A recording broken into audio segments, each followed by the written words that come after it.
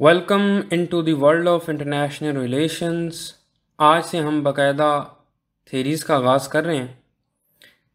कई वीडियोस में हम डिस्कस कर चुके हैं कि जो थेरी है वो एक सिंप्लीफाइंग डिवाइस होती है जिसके थ्रू आप कॉम्प्लेक्स रियलिटी को एक्सप्लेन करते हैं। या एक और एग्जांपल से आप समझें कि जो थेरी है वो एक रोड मैप है जिसके थ्रू आपने नेविगेट करते हुए इशू को आइडेंटिफाई करना होता है। तो आज जिस थेरी से हम आगाज़ कर रहे हैं वो है इंग्लिश स्कूल, जिसे इंटरनेशनल सोसाइटी ट्रेडिशन भी कहा जाता है। वैसे तो ये थेरी रियलिज्म और लिबरलिज्म के बाद डेवलप हुई, लेकिन अगर इसका हिस्टोरिकल ओरिजिन देखें तो ये थेरी जो है वो कई 100 सालों से डेवलप होती रही है।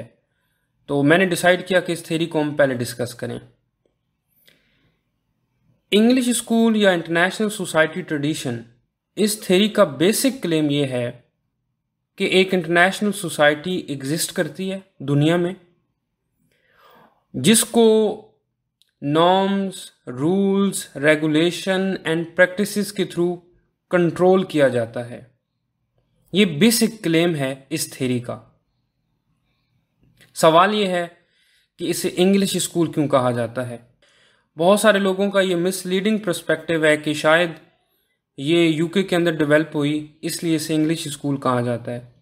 देखें, बहुत सारे जो स्कॉलर्स हैं इस थ्योरी को डेवलप करने वाले, उनका ताल्लुक ब्रिटेन से है ही नहीं।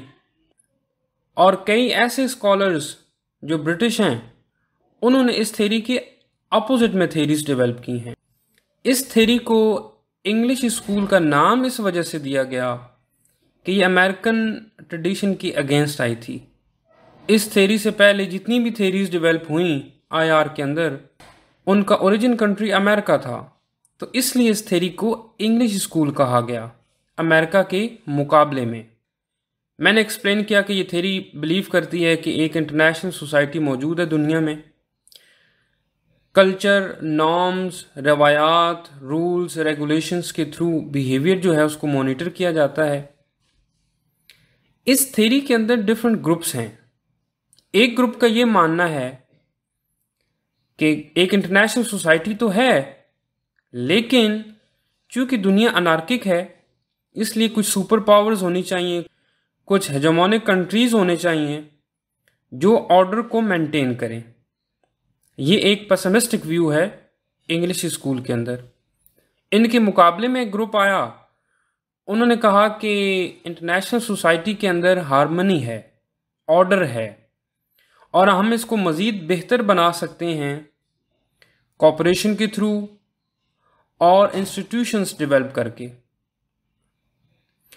एक तीसरा ग्रुप जो है उसका ये मानना है, जो एक मार्क्सिस्ट व्यू है, कि क्लास स्ट्रगल बहुत ज़्यादा है और हमें कोई रेवोल्यूशनरी स्टेप उठाना पड़ेगा इंटरनेशनल सोसाइटी को ऑर्गेनाइज करने के लिए और इसे मज़ीद डेवलप करने के लिए।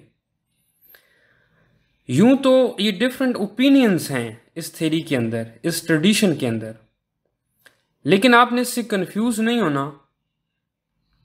जितने भी ऑपोजिट ओपिनियंस हों इस थ्योरी के अंदर, एक बेसिक, एक कॉमन आइडिया जो ये ग्रुप्स शेयर करते हैं, जो ओपोनेंट्स शेयर करते हैं, वो ये है कि एक इंटरनेशनल सोसाइटी मौजूद है।